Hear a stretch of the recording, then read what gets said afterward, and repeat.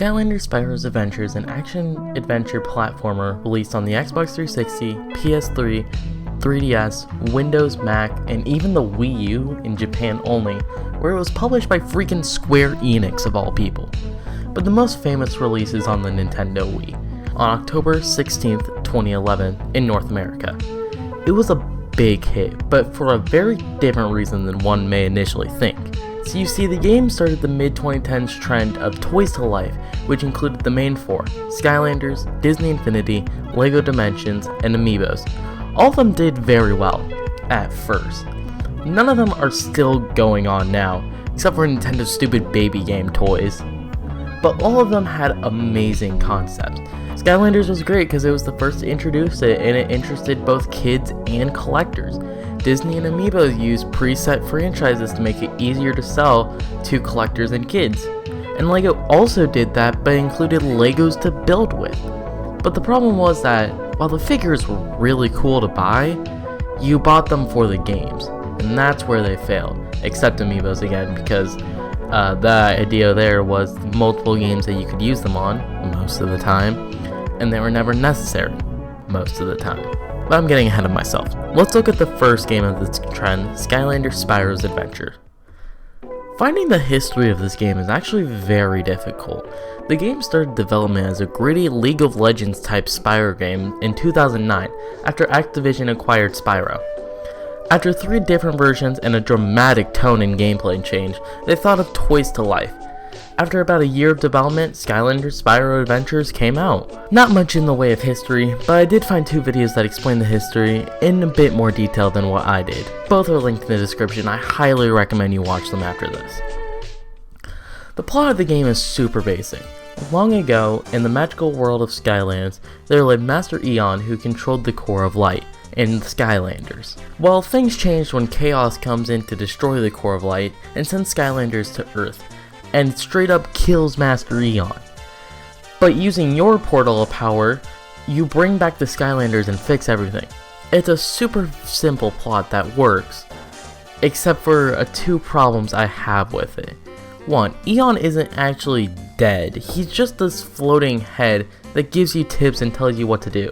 It seems really minor, but the whole reason the plot kicks off is because Eon is dead. So just leave him as that, dead. With the floating head, he can still fix everything, which is basically what he does. And 2, Kaos is such an underwhelming villain.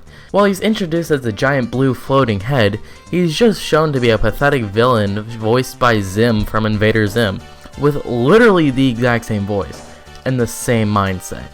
Now don't get me wrong, I love a sympathetic villain as much as the next guy, but when you have a non-threat over you the whole time, I don't have this rush that I need to get things done, like I would with a traditional villain. Anyways, during your adventures, you meet up with Eon's old assistant, Jet the Hawk, the hot air balloon pilot, Joe Swanson from Funny Family Guy, the super tough I'm Not Like Other Girls girl, Maria from the Loud House, the fairy that upgrades your abilities, Lucina, or Chun-Li, or Blaze the Cat, or fucking Catherine from Catherine Full Body.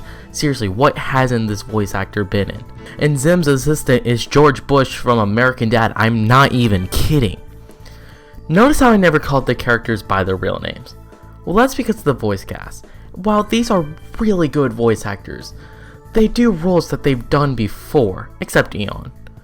It's harder for me to get into this world when the characters sound exactly like other characters. But these are just NPCs. What about the playable characters? Well, okay, let's talk about the main gimmick of the game. The toys you scanned in. God, they're really bland. All of them are super bland and just boring. Like, I definitely like the more bland characters than the characters in the later game that try to cram as much personality as they can in a little toy. But they could have done way more. Mainly in the name department. Let's see, we have a sneaky elf, so her name is Stealth Elf. A guy with 2 guns who looks crazy. How about Trigger Happy? A dude holding a bomb, let's name him Funny Meme. A turtle and a tornado. What about Warnado? Most original character, both name and design wise, is Ghost Roaster for me. And the variants. I will definitely say these are some of the better variants because they didn't go too far with them. I own the legendary versions, which gives them a dark blue gold tone that changes in-game, and the dark Spyro, which also changes in-game. But where it gets weird is with the non-in-game variants. I have 4 of them: Blue Bash, a red Drill Sergeant, green Gill Grunt, and for whatever reason an Eon Elite Trigger Happy that I never remembered buying.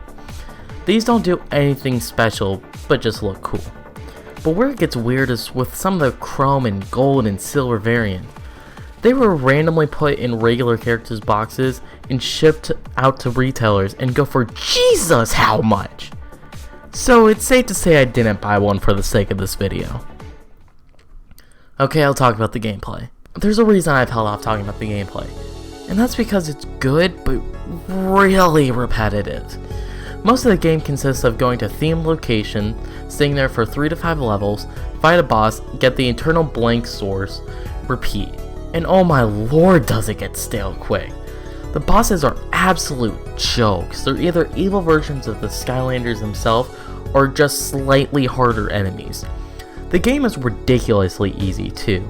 The only times I died was because I was swarmed with enemies that take up half your health bar per attack.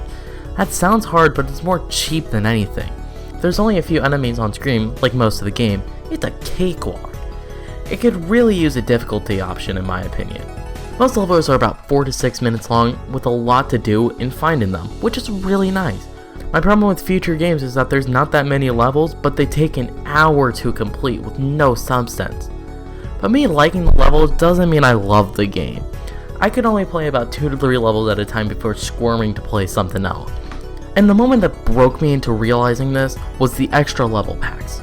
For being DLC in a game that's entire existence is DLC, the extra levels are the worst part of the game. The Pirate one, game in memory with sailing a ship at the end. The Phoenix one, riding a phoenix between a bunch of tiny little islands. The Ghost one, really fun with an interesting day-night mechanic. The Ice one, a horrendous, boring ice level where you slip and slide everywhere, and end with destroying a wall with a stupid catapult that controls terribly. If you want to play the extra levels, only play the Ghost one and maybe the Phoenix if you're that blood hungry for content. But they don't add to the story at all, so they're not needed. I love Skylanders, but oh boy is it rough. This is such a hard game for me to come back to because I love the game, but I realize now how many games has done what it wants to do way better. But as the first Toys to Life game, I would say it was pretty alright. I would say only play it if you remembered the game back in the day, but it only costs about 20 bucks to get the game portal and about one of each figure type, at least where I live.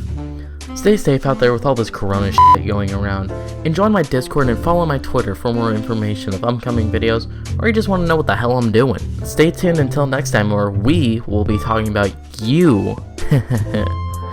I'm not that clever, am I?